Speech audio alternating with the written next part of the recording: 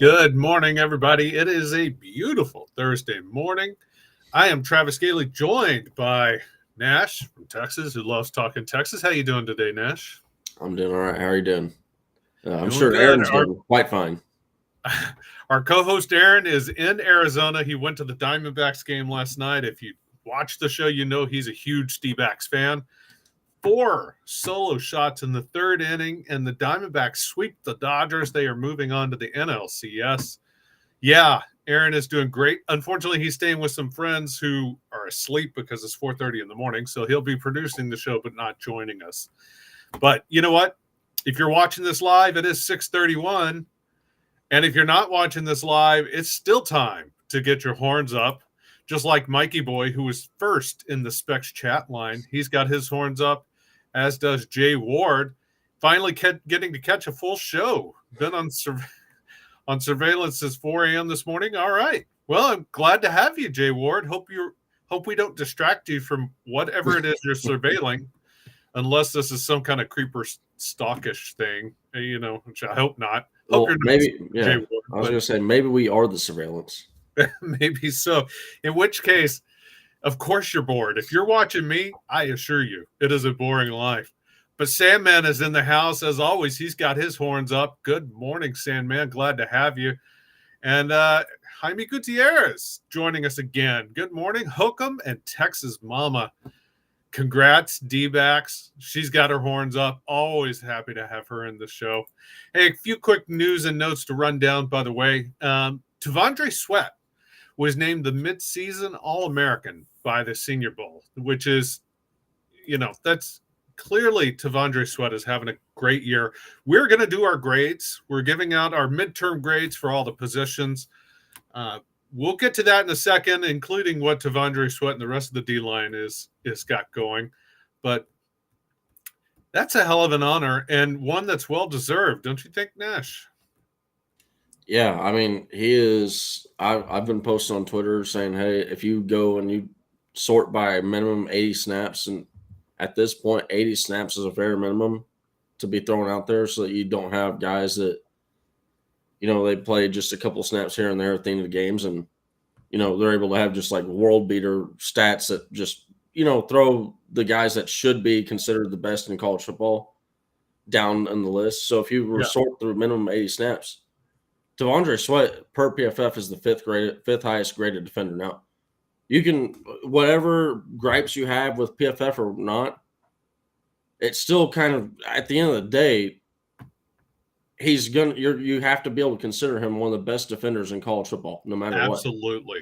No matter what your gripe is with those stats. He's a hoss. And you know what? The hate with PFF goes too far.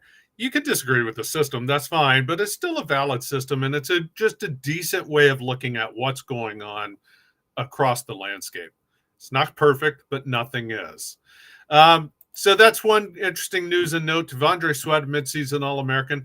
By the way, it's Thursday, but it's a bye week. That means there's high school football games. The coaches, Sark said they were going to be hitting the recruiting trail today and tomorrow. So you can expect maybe 1 or 2 more offers to come out, especially in the 2025 class. I'm sure they're going out to watch some prospective guys as well as some guys they already have in the fold for 2024. So there could be some notes coming from high school games soon.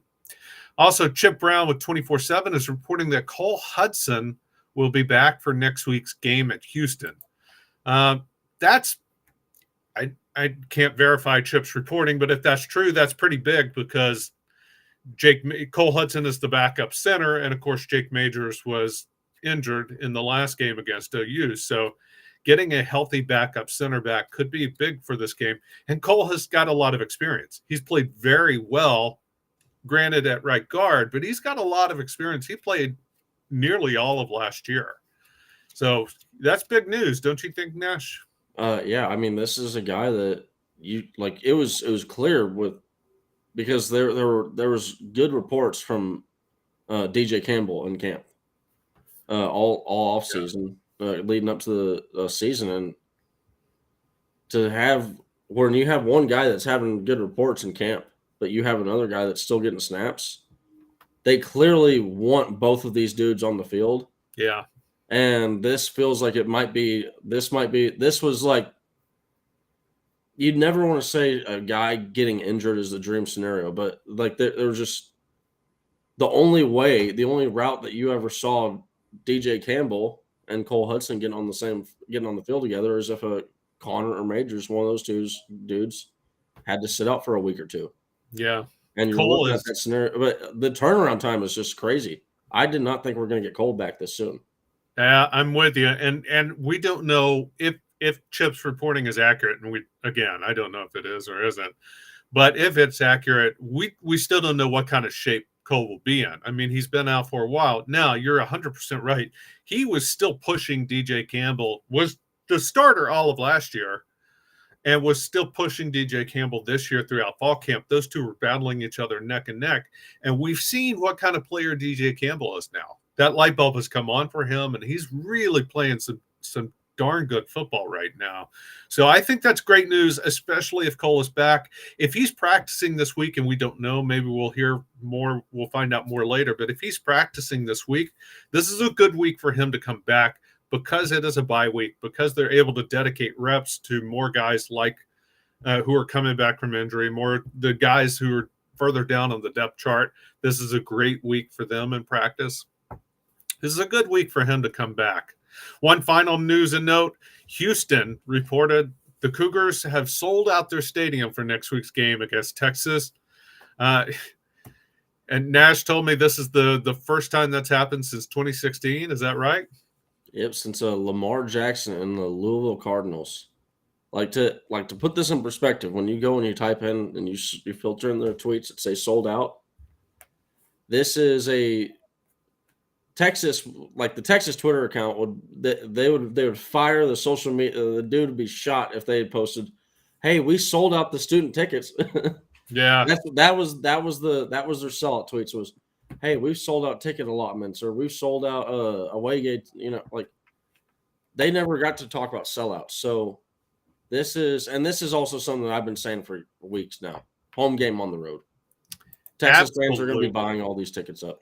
Absolutely. It's going to be, like Sandman says, probably 65%. Well, I don't think UH is lying. I think that this is no, I don't think they're lying, but it is going to be a lot of UT fans. And you know what? Houston. This is the parting gift Texas is giving all these Big 12 schools. Sold out stadiums when Texas comes to town. So, I'm supposed to be impartial, but I will speak on behalf of Texas here and say, you're welcome. Big 12, the rest of you Big 12 schools, you're welcome. Devin Taylor, by the way, checking in. He's in the house with his horns up. Lewis Gaines is coming in from Carthage. Go Bulldogs. That's fine. As long as you're not playing Athens. I'm good with that, Lewis. But I do remember Carthage kicking Athens' butt quite a bit when I was growing up. And Jay Ward letting us know he's not investigating us. He's a private PI trying to get a civil warrant. Okay, so he's not a stalker even. That's good to know, Jay Ward. We're glad you're not stalking or surveilling us one way or the other. But again, if you want to tell me, that's fine. It's going to be a boring life, I assure you. Technically, by definition, he is technically stalking, but it's a legal form of stalking. Exactly. He's not stalking in a pervy kind of way. He's doing his job. And thank you, Jay Ward, for getting out there and doing your job. We appreciate that. So, you know what this is? It is time. I did this yesterday in my column on orangebloods.com. I gave out midterm grades. And frankly, a lot of people thought I was a little too generous. I don't know. So if you're in the chat, feel free to weigh in. And by the way, if you have a question, throw it in the specs chat line. We're happy to answer it. We if we can. If you do the super chat, I promise you we'll answer it because, we respect that and we appreciate people supporting the show. But we'll try to get to it otherwise. But it's time to give out some midterm report cards. So, Nash, let's start at the top, all right? Let's start with coaching. What would you give this coaching staff through the first 6 weeks of the 2023 season? I'm giving them a B+. I think that, finishing 5-1, we're 4 points from, really 5 points from being 6-0, or 3 points depending on how you look at it.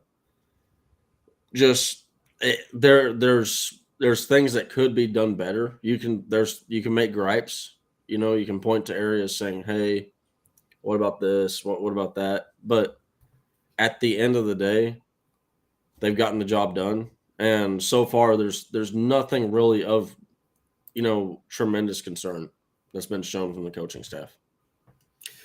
Yeah, that I'm a little below you. I'm at a B, and it's due in no small part because the main crux of my piece was breaking down the red zone issues that Texas has had, and that this has been a recurring problem. All right, this is not something that's just new, although there are plenty of instances this season where Sark has known and addressed and said the red zone is an issue, and it has been an issue all season. So he also says they're working on it, but this is not anything new. You go back, I found a couple of headlines, for instance, September of last year from the San Antonio Express News, quote, Texas coach Steve Sarkisian seeks improvement in the red zone. Sark saying last year, Texas needed to get better in the red zone. Same newspaper, San Antonio Express News, October 4th, 2021. So the year prior to that, almost the exact same headline. UT Notebook, Steve Sarkisian seeks improvement in the red zone, which apart from the lack of creativity in the headline writing, goes to show we've heard this the last 3 years now, 2021, 2022, 2023. It even goes as far back as 2018 when Sark was with the Atlanta Falcons. Bill Connolly, who was writing for SB Nation covering the Falcons at the time, had this headline, quote, the Falcons' red zone failures have become a capital T thing. Red zone failure was obviously costly for the Falcons in 2017. The 2018 season began with even more of it. So, look, this is an issue that has been plaguing Sark really his whole career. It's been an issue that's plaguing this team the whole career. Sark was asked about it going into OU. He said, we're addressing it. We're getting there. And coming out of OU, he says, yeah, the red zone is why we lost. Citing the fact that he had 3 trips into the red zone, only got 3 points. OU had, 6 trips for 34 points. At the end of the day, though, I don't think you can just put it on Sark. I think that my point is, I'm not saying it's just on Sark. The execution I know, but I'm just saying, better. All I'm going off of is when you look at Steve Sarkisian without Quinn Ewers, I think because this is something you heard Chris, I think, was it Chris Fowler on the call with Kirk Herbstreit? Yes. I think Chris, okay, yeah. But either way, whoever was on the call with Chris or Kirk Herbstreit, they were talking about it. They were saying, hey, Quinn Ewers in the red zone, his efficiency in the red, he hasn't been operating the offense in the red zone to the level that you want, You look at, the quarterback is a conductor. For all the crap that I was giving Dylan Gabriel yesterday, Dylan Gabriel was, it's a night and day difference on who was the red zone quarterback. Now, you go to look at Casey Thompson in the red zone. When we had Casey Thompson, we were the 4th best team in college football the entire year, as far as not just because right now we're getting the ball in the end zone. Or not in the end zone. We're getting the ball. We're getting points on the board when we get in the red zone. We're one of the top teams in the nation. It's just a lot of field goals. We were 74.47% in 2021 with Casey Thompson and Hudson Card. So, to me, it's not scheme. I think it just comes down to the players.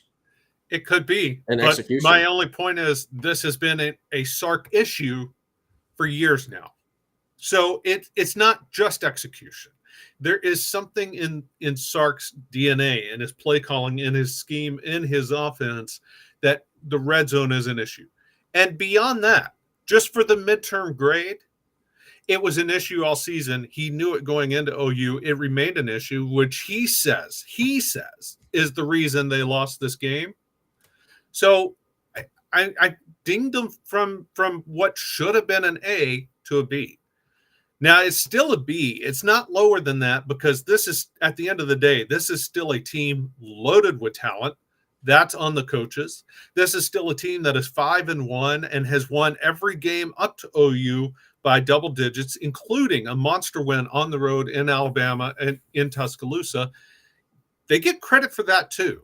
They get they get dinged for the loss in OU, but they get credit for that. So I'm at a B for the coaching. To Jay Ward, to what Jay Ward is saying, I mean, this is also the other deal is we've dropped multiple passes going into the end zone. It's just like this goes to the execution part that I'm talking about. Is I don't disagree. We did say that whip issue. route, Jay Ward. We saw that whip route versus Alabama.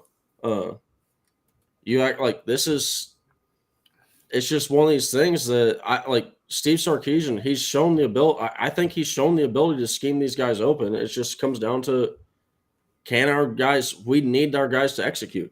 I mean, right now the run game, it's terrible. Like I would put more red zone failure on Kyle Flood than Steve Sarkisian right now because the offensive line. If you look at it, it's just when it gets down to the nitty gritty of who's going to push who, Texas loses that battle. Yeah, it's just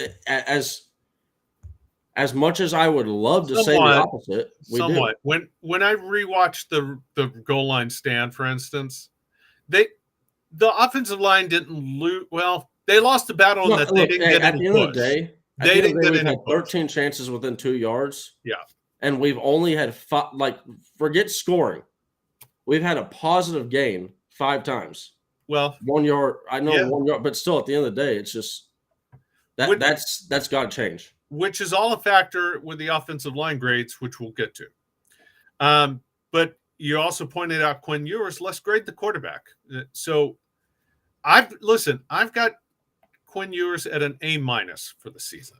I think he's been good, but I also think 3 turnovers against OU, against the only 3 turnovers against. I was about to say something that's not accurate, but 3 turnovers against OU is not something that you can reward with an A+ season or even an A. Now, having said that, look, obviously after that opening first quarter, after the 3 turnovers, dude was lights out. I mean, lights out, and he played a fantastic game.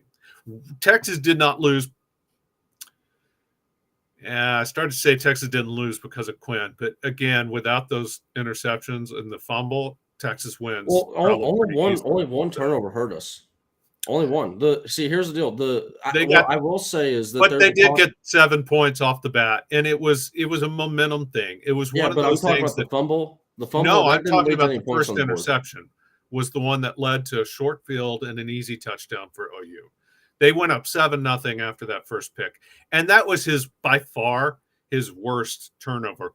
The other one with JT Sanders was kind of a lucky bounce that OU was able to capitalize on.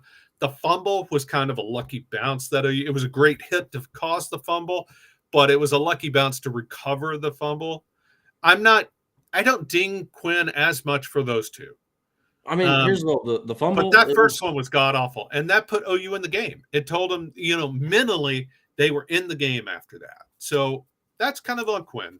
The fumble wasn't really that big of an issue. Like I thought it was. Like that's one of the things that I thought. You take away that fumble. Really, the only thing that you could complain about the fumble is the field position, because Texas was that was a 3rd and 15 rush. He's getting tackled 7 yards past behind 7 yards to go. So we're still going to be punting the ball. We're still giving the ball back to Oklahoma. The only thing that changes is where Oklahoma gets the ball. Now, Oklahoma does give the ball back to us, and we start our drive out almost like with our backs to the end zone, and then we stall out in field goal range. So you can make the case of, hey, if Quinn doesn't fumble that football, maybe we get 4 more points because maybe we're able to get into the end zone on that drive, and not losing the field position battle. But ultimately, my grade for Quinn is going to come down to an A. I could be talked down to an A- with the red zone issues that we were just talking about. I'm like I said, like with the. I want to see Quinn slide, like start sliding. It was like that to me. Even it didn't hurt us, but it was just unnecessary. The fumble, it was an unnecessary turnover. And it's a turnover that, depending on when that happens, that could be just a game-changing turnover. And that's something that you've seen multiple times where he's far too willing to dive forward and not just put his body at risk, but put the ball at risk. And when you're a Steve Sarkisian program, who really is they mimic the Pete Carroll programs where, like, he talks about it's all about the ball, and you got to protect that ball first, second, and third, and it just you want to see better protection from the football. But at the end of the day, I think he responded in the way that you want to see a quarterback respond. I'm willing to give Quinn Ewers an A so far through the season. All right, fair enough. Again, I've got him in an A-. It's not that I think he's a bad quarterback. I think he's a damn good quarterback. I just think he could be. First off, you kind of convinced me with your red zone issues, and that was, by the way, that was something one of the posters on Orange Bloods commented on, saying he thinks Quinn's passing in the red zone hasn't been up to snuff. And I told him I would have to go back and watch it. I just think it's the process. I think I'm going to have to go check out some Texas clips to. I think it's just the processing in the red zone. Like when it comes down to, because here a lot of people this is something that the YouTube group chat that I'm in, we were talking about. A gripe is somebody was asking, they're like, "Hey man, it feels like Quinn Ewers is running the football, or not running. It feels like Texas is running the football a lot more in the red zone than the passing." And to me, honestly, I think what that comes down to is we're calling passes and runs pretty evenly, but there's multiple times that you'll see Quinn Ewers just take off. Like there's a clean pocket. There's still time back there to sit back and process things, but he just gets antsy and takes off. There you go. Well, I will say his command of the offense is better. Clearly. Well, and so far we're splitting hairs here, but he still has a ways to go. I firmly believe all the talk about the NFL draft, while he will and can get drafted high, he would serve himself way better if he comes back next year. He still has growing to do. He still has learning to do, and he will be better positioned to succeed in the NFL, regardless of where he's drafted, with at least one more year in college. But it's his life. He's got to make that decision for himself. Well, somebody else might be making that decision for him. Maybe, but that's that's a conversation for an offseason. Exactly. How about the running back? So let me hear your running back grade, and then I'll give mine. Let's start with you. Running backs, what do you got? I'm going A+ because there's no world that, like, if you were to tell Texas fans y'all lost Bijan Robinson, but you're getting the same statistics that Bijan Robinson put up, well, sign me up, So like this is like it really cannot get much better than this. Like Jonathan Brooks over the last 4 weeks is if you did actually depending on what statistic category you're looking at, he's top 5 in every single subcategory that you want to go through. He's the number 1 in the nation in yards per not yards, but just yards overall, yards per attempt. Over the last 4 weeks, Jonathan Brooks is just he is, even for my expectations, I think he's surpassed him. Yeah. You know what? I gave him an A in my column, which is up on Orange Blood yesterday, but I agree it should be an A+. And frankly, listen, I wrote about in the spring that I thought the Texas running game could be just as good this year as last year, even though they were losing Bijan and Roschon. And I got mocked and laughed at. That's okay. I can handle that. But the fact is, it's been accurate. I think, first off, the line has been better at run blocking this year. But also, Jonathan Brooks is just an absolute stud. I mean, he was undervalued coming out of high school. He was still a 4-star recruit, so I don't want to make it out to be like he was, chopped liver. But I still think he was undervalued coming out of high school. He's been undervalued while sitting on the bench, biding his time behind Roschon and Bijan, two, by the way, clear-cut NFL bona fide starters. Well, we'll see. Roschon could be starting if he gets out of the out of the concussion protocol. But and that's one thing that I'll disagree with you on is that I don't think the offensive line on the run blocking has been that. All right, well, we'll get to the offensive line grades. Fine, that's fine. But my point is the run game has been just as good, and a lot of that has to do with Jonathan Brooks. He's got tremendous vision. He makes good cuts. He gets up the field when he needs to. The only reason I dinged him in the column from an A+ to an A was just because of the goal line stand. I thought he was tentative on some of those runs. But you know what? That shouldn't overshadow the rest of the season. And even with that, he still got, 120-something yards rushing against OU? And it's also not – it's just not who he is. Like the style of running back that he is. And this is like I'm not trying to jump far ahead, and I won't go on I'm not going on the offensive line here. But he makes the offensive line look better because of his vision. Yeah. I can buy that. Bijan Robinson used to jump around, bap, bap, bap, bap, bap, and all that stuff behind the offensive line. Jonathan Brooks, when the hole, like he doesn't have the hole doesn't have to open for him to see it. He knows where the hole is going to be, and he has like just when you're talking about when you go into the not just the red zone but the goal line, when you get down to the nitty gritty, those holes your vision becomes less of a, I don't want to say less of a trait or less of an attribute, but it just, or less important, but that's when you start to almost value a little bit of physicality, because it's just like, hey, we're just trying to brute force this thing in, we're not like you said, it's not trying to we're not trying to dance around or anything like that. There was just like, if there's a hole open, he's going to hit it. Like there was a run that Cedric Baxter, I think if Cedric Baxter had on like the 7-yard line or something like that versus Oklahoma, I think if Jonathan Brooks carries it in, he gets it.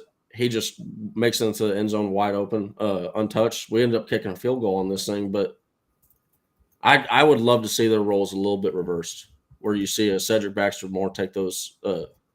I just think he's going to be the guy that's going to be able to brute force his way in better. I'm not sold on that. I hear you, and I agree that JB is not necessarily that style of running back either, but I don't know that Baxter's the answer there. I really don't. I just think Baxter's better at it. Even when healthy, like going back to the spring game, he wasn't great at it then. He hasn't been great at it yet, and he's been dealing with injuries since week 1. So, I'm not 100%. I'm not convinced that Baxter is the goal line answer, that can brute force his way in any more than CJ Baxter is. Right. Frankly, right now, I thought Aaron had a great point yesterday about Savion Red is probably a little better answer down there. But you know what? That's not to take anything away from Baxter, who is third in the country right now. No, what? He's not third? No. I'm saying I'm not taking it. Like, this is the thing that's been like, it actually annoys me. If there's one thing that annoys me is like people, when I talk positively about Jonathan Brooks, I'm not talking just because I'm saying take the ball out of CJ Baxter's hands doesn't mean I'm saying Baxter's bad. Right. Baxter's I'm not saying nobody's taking it. No. I'm not talking about you. I'm not saying you. Yeah. I'm saying there's been multiple. I've had people that if I even post a video of Jonathan Brooks having good runs, it's you hate CJ Baxter's all. No, that's not at all the case. CJ Baxter's been multiple times where you can see the flashes. You're like, well, yeah, that's why the coaching staff really wants to get him on the field, but it's just a matter of being able to do it. I hear you, but all of that to say Baxter's a stud. And by the way, if you agree that Baxter is a stud, and judging by the chat, I think that Jonathan Brooks is a stud. And if you agree that Jonathan Brooks is a stud, and again, judging by the chat, most of you do, now's the time to take advantage of this. Jonathan Brooks autographed jerseys, helmets, they're all available for you on Elite Sports Memorabilia. Whip out your phone, scan this QR code. It takes you right to their Facebook page where you can grab this beautiful jersey or others, just like the one Nash has got behind him. But he's also got orange jersey signed. He's got some black jersey signed. He's got some mini helmets. There's a lot of great Jonathan Brooks gear available and ready for you right now. And you know what? Hey, if you want somebody else, that's fine. He's Elite Sports Memorabilia's got you covered there too. Jatavian Sanders, check. Adonai Mitchell, check. Quinn Ewers, you betcha. They've got everyone. Tavondre Sweat, heck yeah. Midseason All-American, you bet they've got him. They've got everything you could possibly need not everything, but if there is a Texas memorabilia thing you want or need, they probably have it. So go check out Elite Sports Memorabilia. Scan this QR code. I promise you will not be disappointed. And of course, we've been telling you about it. The Anthony Hill signing is coming up. So jump on that now in order to pre-order your Anthony Hill merchandise, and it'll be ready to go by the time he signs. That's just a fantastic way to jump ahead and get going. So, but we've got Kyle Umling coming up real quickly for Aggie Fact Thursday, but let's keep moving on these grades while we're at it. We did running backs, wide receivers. To me, this is a flat out A. Xavier Worthy, Adonai Mitchell, Jordan Whittington, they've all lived up to the hype. The only critique I would have is Adonai Mitchell's run blocking, but that doesn't detract from the overall group. And heck, the Jordan Whittington's run blocking probably more than makes up for whatever AD Mitchell is doing. So I've got them with an A. What about you, Nash? Yeah, I got them for an A as well. I like if you're hinging on the wide receiver run blocking as something to be a great wide receiver attribute, then your offense is probably more headed back to the 1990s era. Maybe, but I love some good run blocking wide receivers, and they are I think that's an underrated skill. Well, you know what? I'll say NFL coaches, they do love that because it just shows that you're an ultimate football player.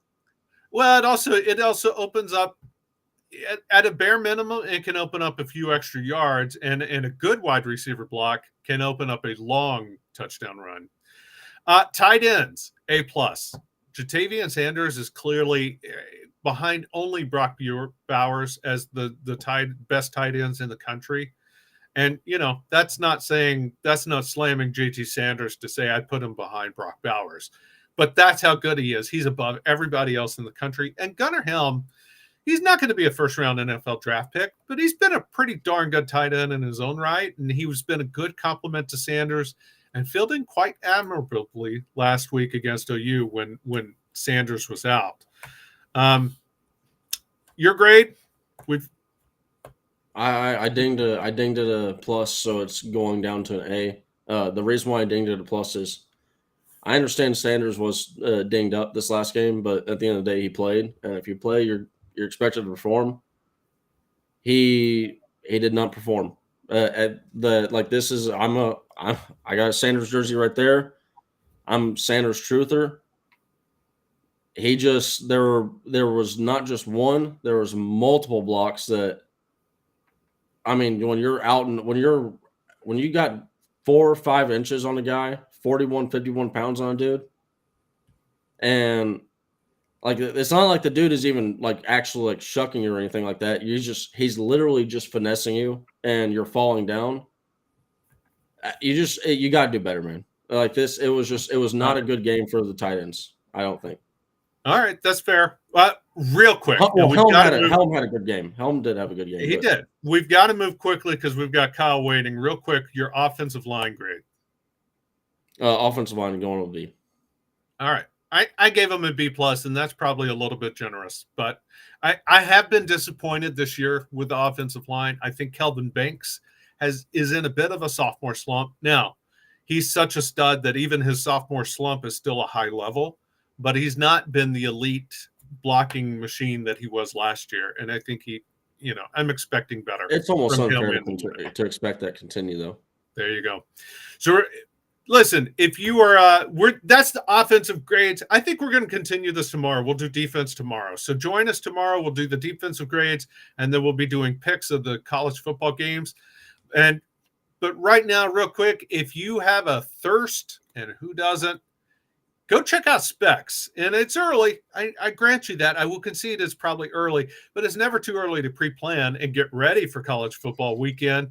That means you need to hit up Specs. There's probably a store around the corner because it's a Texas born and bred company. And if there's not, check out Specs Online or the Specs app. Heck, have it delivered. You don't even have to waste the gas. Just have it delivered. The gas is on them. So go check out Specs.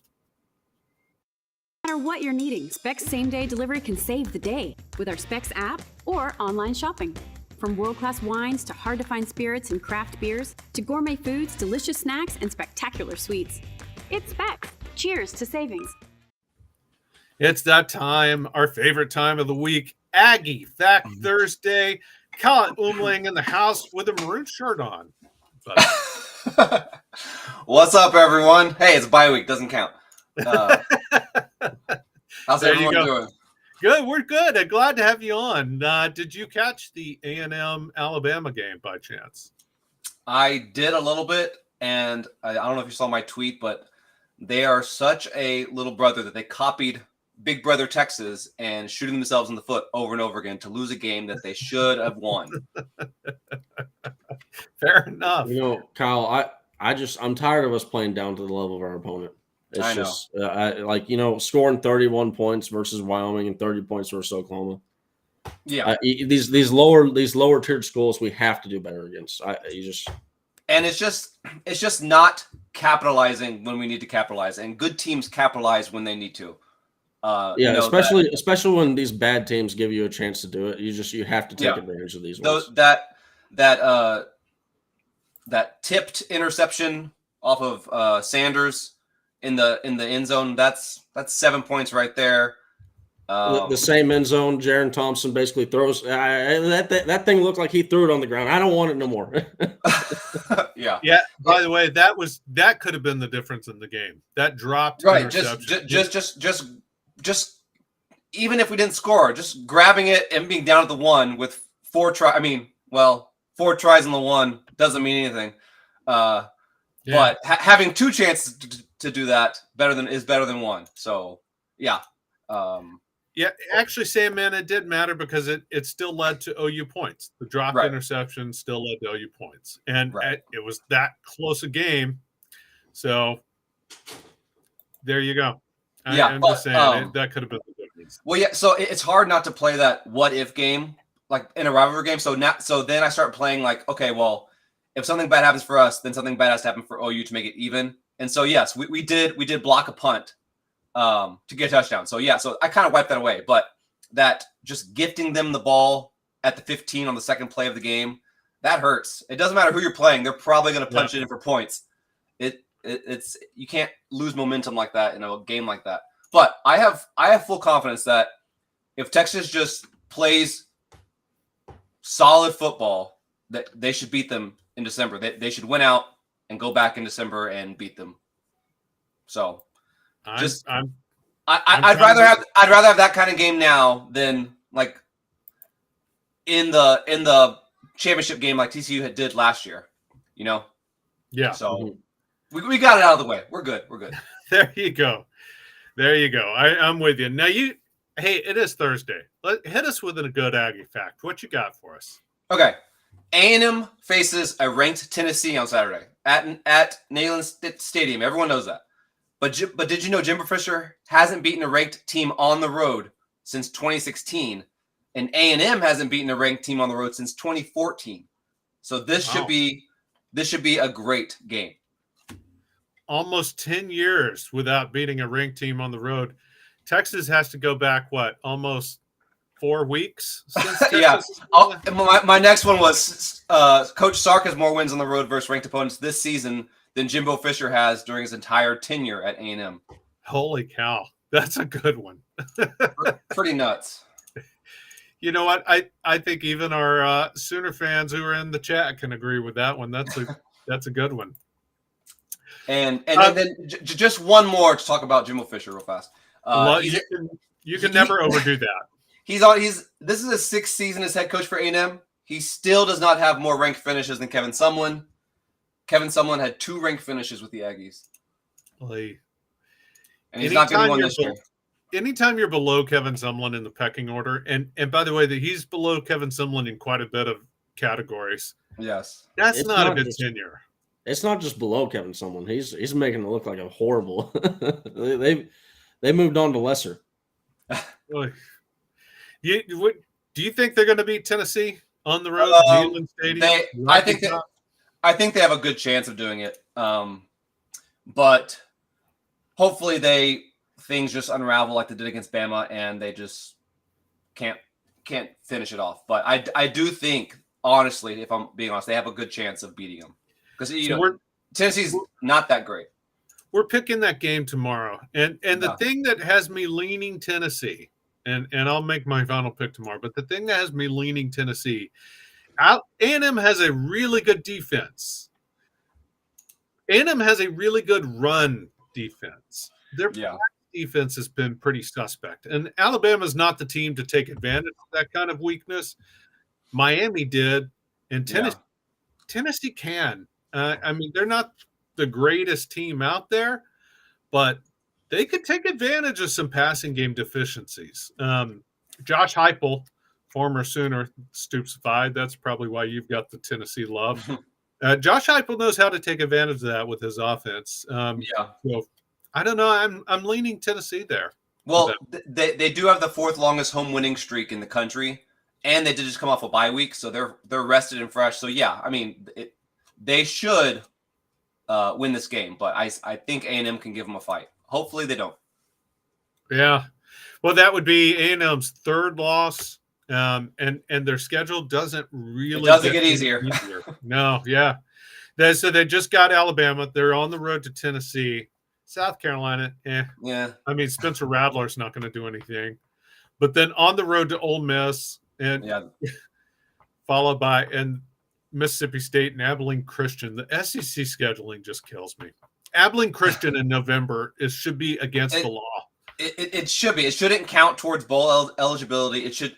It doesn't make any sense why it's 2023 and they still do that. Right. But then they wrap up on the road with LSU. And Jaden Daniels, holy crap, he's having a Heisman-worthy campaign. Too bad the rest of the team sucks, but LSU can take advantage. He should be winning the Heisman. He should be winning the Heisman this year. He should be.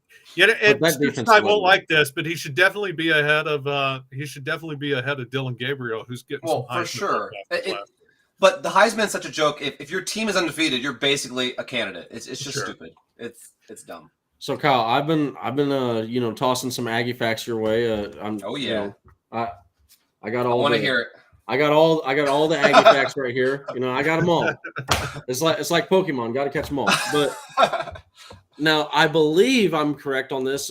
We got to add one single win. But in the last now we're on the 5 seasons. In the last 5 seasons, Texas A&M has only had 5 regular season wins over FBS opponents with winning records. Oh yeah, I did have a stat like that a couple years ago, and it was that back then it was 3. So yeah, it's probably right at 5 right now.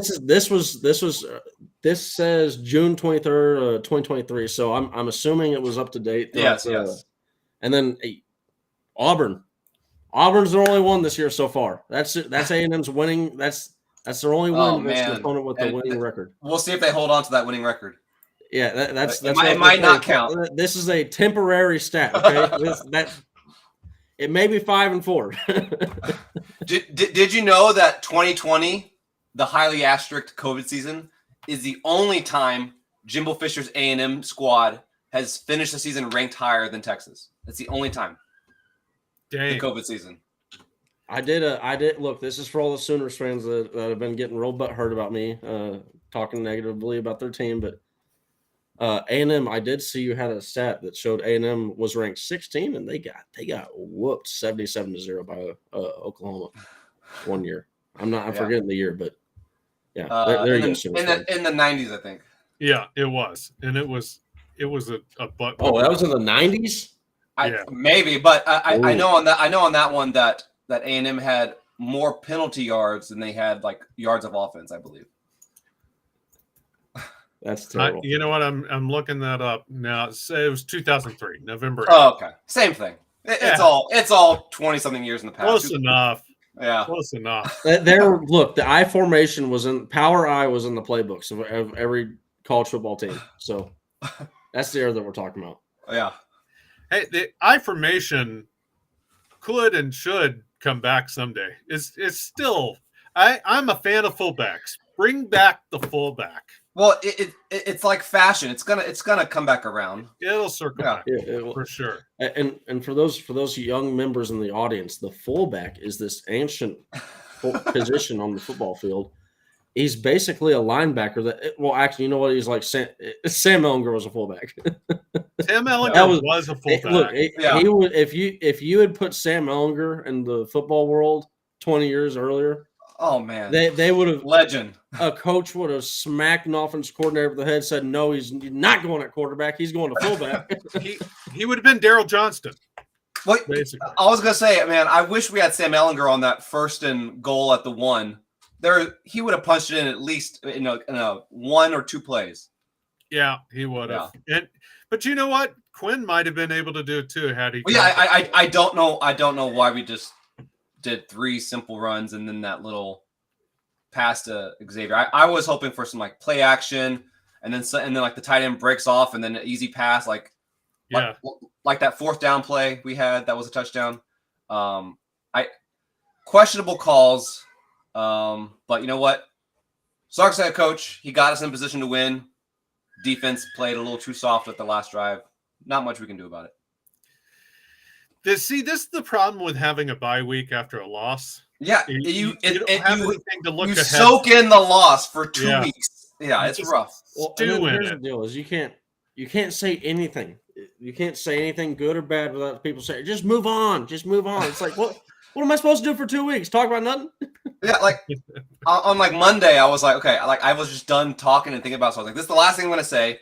And then people were like, all the Sooners were like, just take the L. I'm like, it's been like a day and a half. Let me just finish some thoughts off. It takes a while. It does. It does. It stings. It does. You got to shake it off. It does. Yeah. And Sooners, by the way, the flip side of that is they get to revel in it for 2 weeks. Right. But what they don't talk about is how all the Sooners were crapping their pants for that last minute drive that they had because the lead got taken away from them by the crappy Longhorns, as we're called, or Tex ass. So if it was flipped the other way, like my tweets would have been, okay, OU's good. Can't believe we escaped this week. Props to OU, but they win by a close game, and it's like Texas sucks. You got curb stomped. Y'all, it's totally different. And but Houston's coming up. That's gonna be a slaughter. I will be at that game. Me and my dad are going to that game. So that sold out game. Yeah, if anyone's going, I'll come swing by and say hi to anyone who's there. That's awesome. And take one of the Aggie fact books. I bet you could probably get an autograph if you say hi to Kyle at the game. Yeah, or I'll sign your chest. I'll sign your quad, whatever. I'll sign anything. And I did. I'll sign your baby. You know what? And he'll do it even if you don't ask for it. So be careful if you're. I will have a Sharpie. I'll have a Sharpie just walking around signing stuff. He'll be like Ricky Bobby in Talladega Night. He's just signing everything, just left, right, like just sign. Carthage checking in. The bye is punishment for the loss. Yeah, for sure.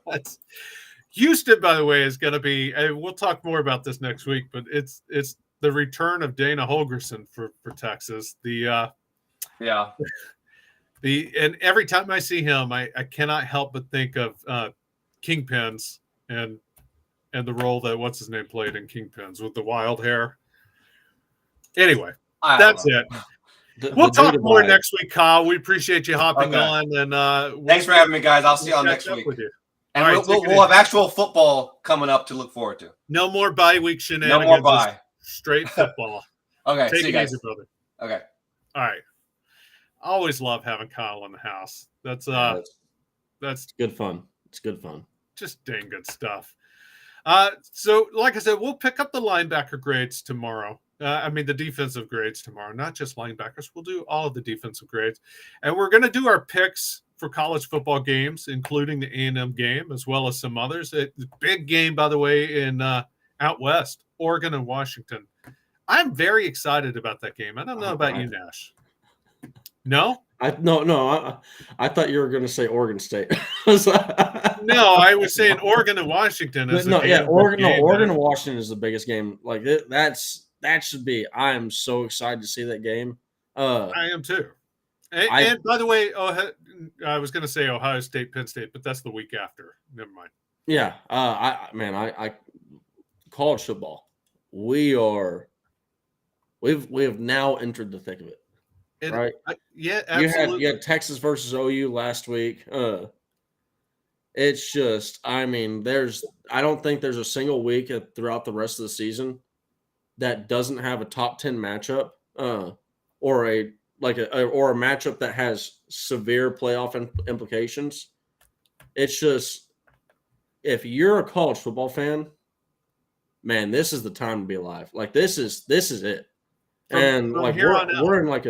we're in a stretch where there's not a day without, if you're an NFL and college football fan, there's not a single day without football, I think, until like late November or December, early December time. We have that many days straight with college football consecutively, or college football or NFL football. So Sunday through Sunday, we're going. It's football all year round, basically the rest of the way. This should be fun, and starts off with Texas versus OU. Yeah. Washington versus Oregon. Bo Nix. This is also a huge game for the Heisman race. Heck, we even had football last night. UTEP going on the road to Florida International, won 27-14. And then New Mexico State versus Sam Houston. By the way, Sam Houston has collapsed. I don't know if any of you ever follow Sam Houston State. I was expecting them to be better. They're 0-6. They lost last night to New Mexico State 27-13. They're 0-6 on the season. So the Bearcats are suffering. And Oregon, Washington is fantastic. USC, Notre Dame is another good one. And since you mentioned it, Oregon State and UCLA, two ranked teams. They're playing each other. So there's a lot of good football on Saturday. Hey, we're going to do those picks tomorrow. I'll say this is one of Oregon State, like, this is a chance for Oregon State to really put a statement out there, because UCLA, they're legit. This could be one of, I think this is one of there are three legit chances that you can point to on the schedule for UCLA. Joel Klatt talked about this. They're one of his sleeper teams to make the college football playoff.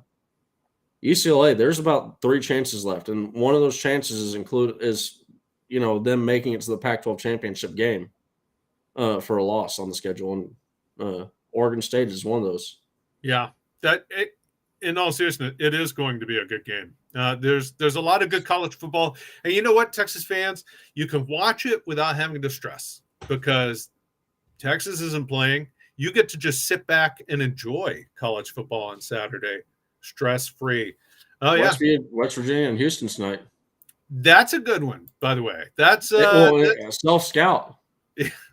Yeah, absolutely, self-scout. And it's the Dana Holgorsen revenge game, because don't forget, Holgorsen left. He didn't just get fired from West Virginia. No. He voluntarily left West Virginia to go to Houston. So, that's an interesting one. That's going to be a fun game on a Thursday night. NFL, Thursday Night Football, it's another good one. Big time rivalry, Denver Broncos, Kansas City Chiefs. That's a great game. The Broncos have been, what a fall that has been. They are better this year, though. They are better this year now that they've got what's his name in as the head coach. I don't know if you saw the memes running around about because he lost to Hackett last week. I did see that, absolutely. Aaron checks in on the I agree. I'm sorry, I agree with Aaron right here. Telling us it's a horrible game and the Broncos are worse. The Broncos are just Aaron would say that because he's a Chargers fan, so he's never going to give the Broncos credit. You know what I mean? That's a I get that, but at the same time, he's got a point. The Broncos are just people were hyping up Sean Payton to carry the Broncos. Well, to let new me say heights. this. Sean Payton has helped the offense, at least. Russell Wilson is far better this year than he was last year. He looks more like the Russell Wilson we kind of knew back in Seattle. He's not 100% back to being that dude, but he's a damn sight better than he was last year. So it's going to take a while. It'll take a bit, but it's still, listen, as far as the NFL goes, that's a rivalry game. Broncos, Chiefs, I still think the Chiefs win, but it should be a good and entertaining game. Is So Kelsey I'm playing? looking forward to it. Do what? Is Kelsey playing? I think he's questionable. I don't know. And don't even begin to ask me about what's her name? Taylor Swift. I have no idea. I literally haven't even thought about that. Yeah. But Russell Wilson, Mr. Unlimited. I don't know if you've seen those videos. I have seen it. That dude is a walking movie. Is what he is. You know what? He is a very interesting person. He's cringeworthy. He says things that just make you go, "Oh, why?" You know, like he feels like he's a character in The Office or something. Honestly, now that I'm thinking about it, this feels like one of those games that's just going to be a great game, right? It feels like the game that shouldn't be anywhere close competitive, but somehow they pull some magic out of there. You know what? And because it's the NFL, and literally anything can happen. The script tweets are going to be going crazy. Yeah. So I'm looking forward to it. We got a lot of good football coming up. By the way, if you've enjoyed today's show, we hope you have. Be sure to hit that like button. We appreciate it. It helps us out. Even you, Stoopsified, I will answer this question if you hit the like button. All right? You've been on here a lot. We enjoy having you here. I know that it adds a little liveliness to the chat. So do us the favor, Stoopsified. Hit that like button for us. And the answer to me is undoubtedly, unquestionably, no, they can't win out. And you need to do all you can, you being OU, not you, Stoopsified. OU needs to do OU should beat the heck out of West Virginia. No, they cannot win out. I'm not in the least bit worried about West Virginia winning out and taking a spot from Texas in the Big 12 championship game. You know, I'm not going to lie. I do think that West Virginia could win out. They haven't played anybody. They can certainly beat Houston. They can beat Oklahoma State. They can beat UCF. They can beat BYU. I'm not convinced they could beat UCF or BYU Cincinnati, or Oklahoma. Baylor. Yeah, I'm not convinced on any of that. They haven't played anyone. This is fool's gold, people. They're pyrite. They did play Penn State. Yeah, and they lost to them pretty convincingly. And talk about rivalries. That's a rivalry game too. Not to the same level as West Virginia Pitt, but it's still a rivalry game. And they lost convincingly. So no. Yeah, well, you know what? I'm not in the least bit worried about West Virginia. They covered. That's just angst talking. They're 3 point. No, I remember this. This actually sticks out to me now. This is one of the weeks that it pissed me off because I was picking West Virginia to cover. and Penn State, James Franklin went out there and he said, he was like, no bettors will be happy. We're scoring a touchdown. Yeah. We're scoring a touchdown. And we're getting above this 21-point favorite. We've got our picks coming up tomorrow. More picks coming up on college football games. Stick around for the rest of the day. If you subscribe to the channel, you won't be surprised when the House Divided show pops on. Hit that notification bell. It'll let you know. House Divided with Jeff Ketchum and Chad Hastings. It's an entertaining show. I thoroughly enjoy it. Followed by Football with Friends. Alex Dunlap, who does the deep digs on orangebloods.com, will let it. I'm pretty sure that offensive deep dig is coming out. Really curious to see the offensive line grades this week, especially for center. To see what Connor Robertson did. I'm really interested to see his offensive line grades. He's got Football with Friends coming on at 3:30, I believe. And today we also have OB Outsiders. Hey, they had Brooks Kieschniks on last night's show. So, and you never know who they're going to get tonight. They get some dang good guests. OB Outsiders on tonight. So, again, subscribe to this channel. We hope you have a fantastic Thursday. The week's almost over. We've only got one more show coming up tomorrow. Hope you're back here tomorrow for it. Please join us. For Nash, who loves talking them horns, I'm Travis Gailey, and Aaron Little, our producer, who's in Arizona celebrating He's in his own world win right now. He's on cloud nine. He's right here. now. That's He's where here he in is. spirit. He's on cloud nine, celebrating. So we hope you have a fantastic